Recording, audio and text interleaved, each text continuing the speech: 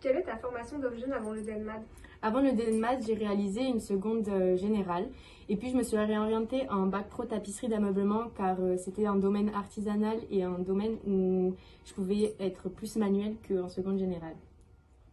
Pourquoi avez-vous postulé dans cette spécialité? Car avant le DNMAD, j'étais en bac pro tapisserie d'ameublement et j'avais envie de continuer dans l'artisanat et la création d'objets. Comment décrivez-vous l'ambiance de l'école? Je dirais qu'il y a beaucoup de collectivité et une très bonne entente entre les élèves et les différentes spécialités. Et comme on est très peu dans les classes, les profs sont très à l'écoute. Quelles sont les qualités requises dans ce domaine? Alors moi, je donnerais 3 mots pour ce domaine. Donc être manuel, créatif et rigoureux dans son travail. Quelles sont vos formations d'origine et pourquoi vous avez décidé de postuler? Alors du coup, bonjour, je m'appelle Sarah et je viens d'un bac ES STEMAT. Je suis venue dans cette formation dans le but de devenir designeuse produit. Du coup, c'est pile dans l'axe. Et la mention matériaux permet d'acquérir une connaissance au niveau des matériaux.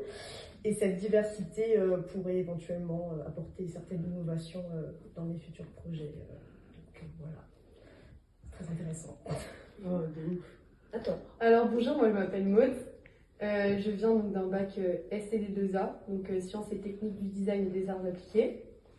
Je viens de Lyon, donc je suis venue spécialement sur Paris pour cette formation. Et ce qui m'a beaucoup attirée dans ce DNMAD matériaux, c'est que déjà j'ai décidé de rester dans la branche du métier des arts et du design. Et j'ai décidé de m'axer plus sur la conception. Et je voulais apprendre à utiliser différents matériaux que je ne connaissais pas auparavant. C'est pour ça que je suis venue. Du coup, moi, c'est Dorian. Je viens d'un bac ACD2A aussi, tout comme Maud. Moi, j'ai pris l'avion pour venir ici, donc je suis en Guadeloupe. Et j'ai choisi cette section, en fait, parce que, malheureusement, sur Parcoursup, mes vœux ont été malheureusement refusés. Et j'ai vu qu'il restait de la place dans cette section et ça m'a beaucoup intéressée. Et par surprise, ça m'a plu. Et je suis assez contente d'être là en fait. Voilà, c'était cool. C'est cool.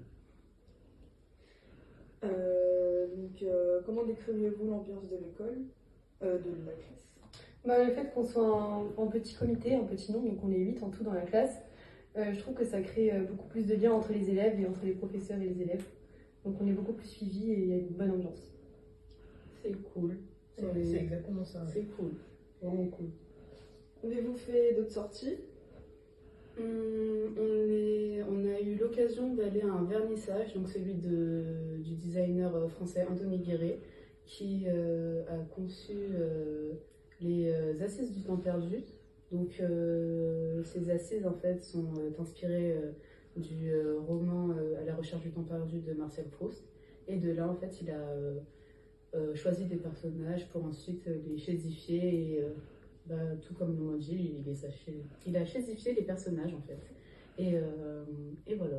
Ouais, c'est-à-dire que dans ces assises, on va retrouver les traits de caractère des personnages dans l'œuvre de Proust. Du coup. Ok, alors pouvez-vous m'expliquer votre formation d'origine avant le DNMAD et pourquoi avoir choisi cette spécialité? Alors j'ai fait un bac L, option art plastique. Ensuite j'ai fait une première année de licence en art plastique et une première licence en architecture. Et j'ai ensuite changé d'orientation pour le DNMAD matériaux. Alors pourquoi j'ai choisi cette formation? Parce qu'en allant sur le site de Parcoursup, le titre de la formation m'avait attirée et je suis allée lire la fiche explicative et ça m'avait convaincue pour postuler ici. Ouais. Donc moi je m'appelle Roxane, j'ai fait un bac pro communication visuelle, donc j'ai vraiment créé des affiches, des logos et tout ça. Et en fait, je me suis rendu compte que de devenir graphiste, ça n'allait pas beaucoup m'intéresser parce que je voulais vraiment être dans la création et la conceptualisation d'objets, donc dans le design. Et donc c'est pour ça que je suis atterrie ici. D'accord. Pour vous, quelles sont les qualités requises pour ces métiers? Ces qualités requises, moi je dirais qu'il faut être rigoureux, minutieuse, inventive et aussi créative. Voilà. Et s'intéresser au design, enfin, avoir une sensibilité artistique. Voilà. D'accord. Y a-t-il un projet qui vous a beaucoup marqué? Bien notre premier projet en première année, qui est celui du piédestal pour plantes. Et, on devait mettre en valeur une plante en créant un piédestal. Et en fait, c'était un travail de groupe, donc c'était assez intéressant de démarrer tout de suite voilà, pour voir comment ça allait se passer. Et on a pu découvrir pas mal de matériaux, de techniques aussi, de savoir-faire. Voilà, c'est ça. Donc voilà, c'est vraiment bien mis dans le bain tout de suite. D'accord. Comment pouvez-vous décrire l'ambiance de la section objet? Ah mais c'est trop bien. Dans la classe, on est vraiment comme une petite famille, on s'entend tous bien, on s'entraide et c'est hyper agréable quoi. Vraiment en objet, on est super bien. Enfin, on est tous bien. Ouais, rien à ajouter.